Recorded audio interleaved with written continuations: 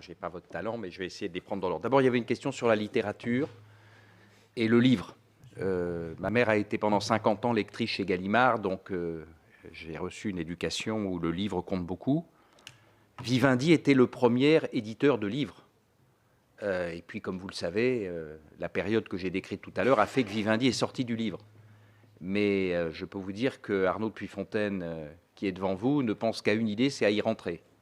Et en ce qui me concerne, je l'appuierai dans sa démarche, parce que je pense que c'est un élément essentiel pour les contenus. Et à côté de quelques auteurs qui gagnent beaucoup d'argent, il y en a beaucoup qui malheureusement auraient besoin d'un grand groupe. Et je vais répondre à plusieurs des indications qui ont été données tout à l'heure, où au fond, vous avez tendance à opposer culture et profit, en disant quel type de groupe vous voulez. J'ai compris que vous vouliez faire un groupe puissant, mais est-ce que ça ne va pas être contre la culture? Je pense que c'est l'inverse.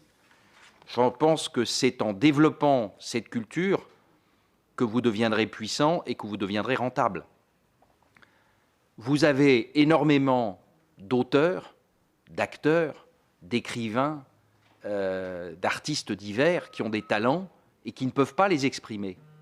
Et c'est le rôle d'un grand groupe comme Vivendi, s'il est puissant, s'il a cette capacité à les présenter dans le monde entier, qui permettra de concilier les deux éléments, c'est-à-dire à la fois défendons le patrimoine, mais en plus gagnons de l'argent pour défendre ce patrimoine.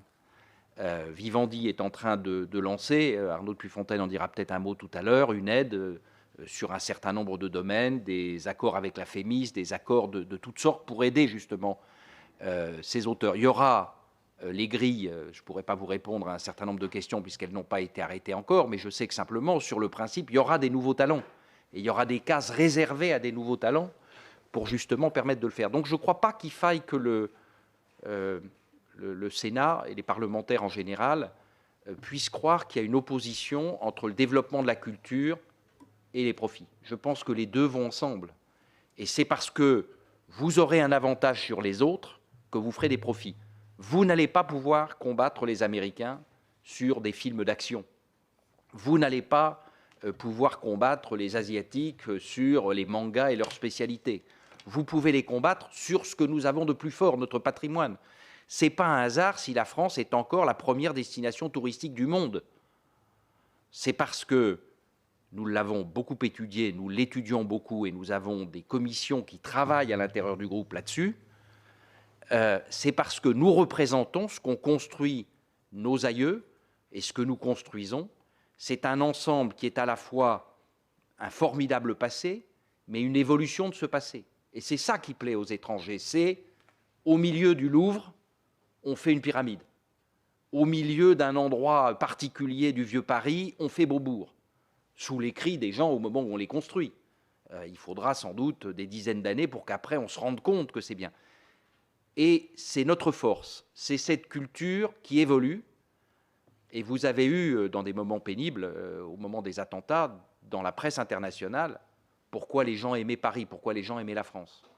Et ils disaient, on peut s'asseoir à un café, on peut voir des gens qui écrivent dans un coin. Et je crois que Vivendi, c'est ça, c'est justement le cumul de la défense de cet esprit français, de cette culture, de l'évolution que nous pouvons mettre en œuvre et la réussite économique. Les deux ne sont pas opposés.